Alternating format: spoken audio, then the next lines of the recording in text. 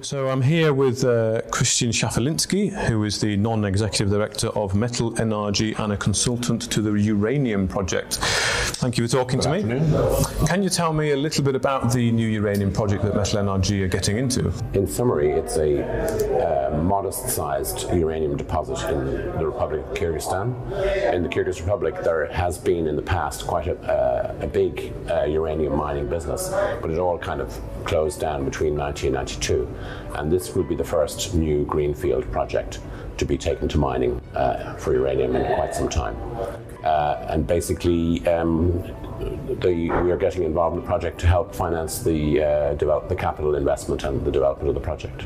Okay, and how have you got involved with this? What's the? Well, I personally first had a look at the project in 2011 with another company, and basically we liked what we saw. However, almost immediately the disaster at Fukushima happened, and a lot of people felt that nuclear power was in trouble, and so the interest in uranium fell off quite drastically, and the price crashed to uneconomic levels, which it's been to until recently. And in the meantime, of course, nuclear power is still the most attractive way to provide base power for all electricity grids if we also are going to have renewables in the circuit, because renewables, of course, can be intermittent and they have to be supported by some regular base power, and nuclear being carbon free is a perfect support for that. Okay, you mentioned about the uranium prices, and they have recovered a little bit, but yes, they're not great. No, it's still true that many mines are uneconomic. The only reason that we think that this one will be able to go into production sooner is it's relatively uncomplicated, a simple enough mining project. In situ recovery of uranium from shallow depths. Near surface depths means it's relatively simple to execute. The ore is sitting in a peat bog, which if anybody's been in this part of the world to Scotland or Ireland and seen a peat bog, it's very, very flat, and it's brown because it's organic material, rotted vegetation over thousands of years, and the peat being organic and carbon rich, the carbon has captured the uranium from groundwaters that have moved through the peat over the eons.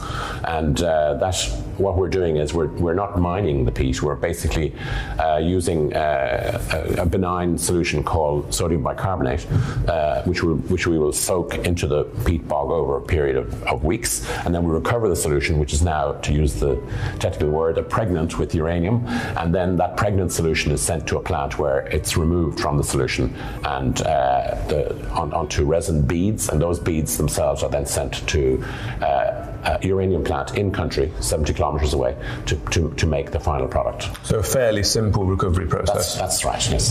And is that part of what excites you about this project? It's the simplicity.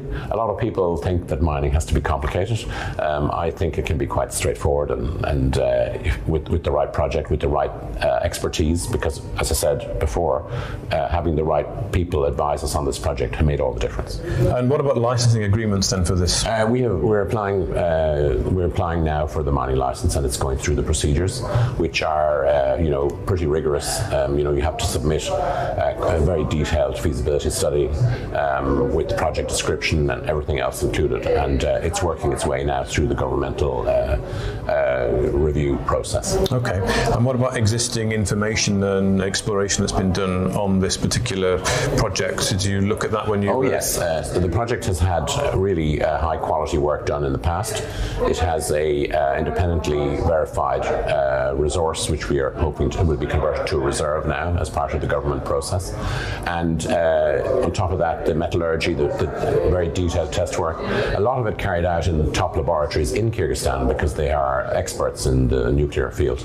And so a lot of work has been done, yes, to quite a high standard. And what about Kyrgyzstan as a country to do business in? Kyrgyzstan is a really interesting country because they have bucked the trend, shall we say, of the the stands, which is the way people over in the West look at it, as a stand that they've made it easy to visit. We don't require visas any longer. It is a very beautiful country. It has a very strong and well-educated population, and it's a pleasure to work there. Okay, and what's the current situation with the project and the next steps? Well, the next steps would be get the license approvals, of course, which we hope to get in the near future, and then construction and development of the mine, perhaps in phases over a period of 12 to 18 months, would follow pretty much immediately. Okay, and just going forward then, when can the market expect some kind of news? News flow, well, we would hope that the mining license will be granted by the first quarter of next year, and then we would be able to announce the planning of the development of the mine over the following 12 to 18 months. Good. Well, thank you, Christian, for talking to me. Thank you.